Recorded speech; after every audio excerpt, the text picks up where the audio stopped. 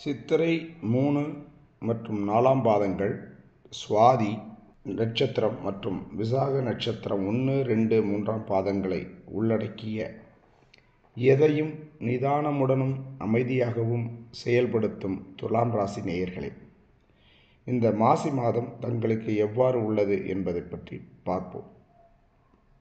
தங்களின் ராசியை 7ஆம் பார்வையாக தங்களது 2ஆம் இடத்தை குரு பகவான் பார்வை செய்வதால் தங்களுக்கு நல்ல மகிழ்ச்சியும் சந்தோஷத்தையும் அளிக்கக்கூடிய சுபவிரயமாக நிகழ்ச்சிகளும் சுப செலவுகளும் நடைபெறும். குடும்பத்தில் குதூகலமாக இருப்பீர்கள். தங்கள் திட்டமிட்டு செயல்பட வேண்டிய காரியங்கள் உரிய நேரத்தில் நல்லபடியாக நடைபெறும். உடல்நிலையில் இதுவரையிலும் இருந்து வந்த சிரமங்கள் நீங்கி நல்ல சௌபாக்கியம் காண்பீர்கள். இந்த மாதம் முழுவதும் தங்களது ராசிநாதன் சற்று பலம் குறைவாக சஞ்சரிப்பதால் எதிலும் ஒரு முறைக்கு பலமுறை சிந்தித்து செயல்பட வேண்டும். யாரையும் எளிதில் நம்பி இறங்கி விடாதீர்கள். அவ்வாறு செய்தால் நீங்கள் மாட்டிக்கொள்வீர்கள். யாருக்கும் எந்த செயலுக்கும் துணை போகாமல் தவிர்ப்பது தங்களுக்கு நன்மையை பயக்கும். தங்களின் பூர்வ புண்ணிய ஸ்தானமான 5ஆம் இடத்தில் சனி பகவான் சூரியனும் சஞ்சரிப்பதால் தங்கள் பூர்வ புண்ணிய சொத்துக்களில் பிரிப்பது சம்பந்தமாக உறவினர்களிடையே மன வேறுபாடுகளும் தர்க்கங்களும் ஏற்படும். தாங்கள் எதிலும் கவனமுடனும் எச்சரிக்கையுடனும் தங்கள் வாய்ச்சொல்லை பயன்படுத்த வேண்டியது. ராகுவின் நல்ல ஒரு ஆதரவான நிலையால் தங்களுக்கு சாதகமாகவே காரியத்தில் வெற்றியாகவும் முடியும்.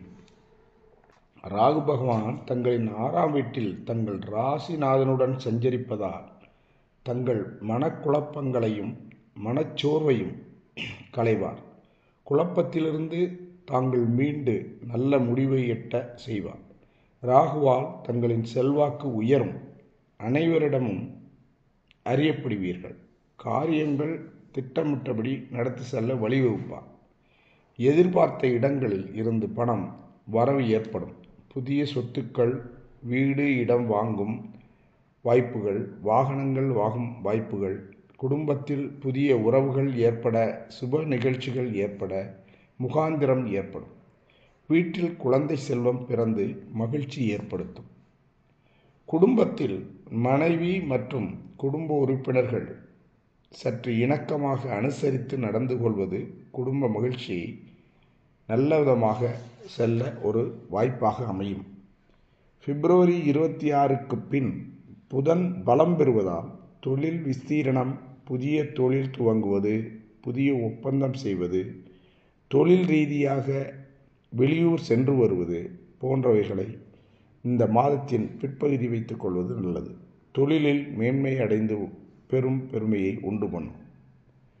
பணியில் உள்ளவர்கள், இடமாற்றம் எதிர்பார்த்தவர்கள் போன்றவர்களுக்கு பிப்ரவரி 26க்கு பின் எதிர்பார்த்த நல்ல முடிவு எட்டும்.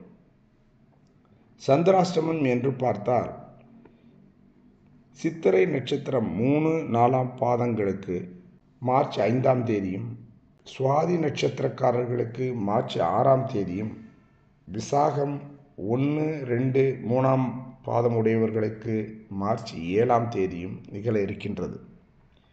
இந்த சந்திராஷ்டமம் நிகழும் நாட்களில் அன்பர்கள் எதிலும் கவனமுடனும் எச்சரிக்கையுடனும் நடந்து கொள்வது நல்லது. மேலும் வெளியூர் பயணங்கள், இரவு நேர பயணங்கள் போன்றவற்றை கூடுமான வரையும் தவிர்ப்பது நல்லது. ஒருவேளை தள்ளி வைக்க முடியவில்லை என்றால் இரவு நேரத்தை தவிர்த்து பகலில் செல்வது நல்லது. துலாம் ராசிக்காரர்கள் எல்லாம் நல்ல விதமாக இந்த மாதம் நல்லதாகவே நடந்து செல்ல காமாட்சியம்மன் மற்றும் குரு பகவானை வழிபட இந்த மாதம் அவர்களுக்கு மிகவும் சிறப்பான மாதமாக நகர்ந்து செல்லும். அதில் ஒன்றும் குறையில்லை. வாழ்க வளமுடன். வணக்கம். நன்றி.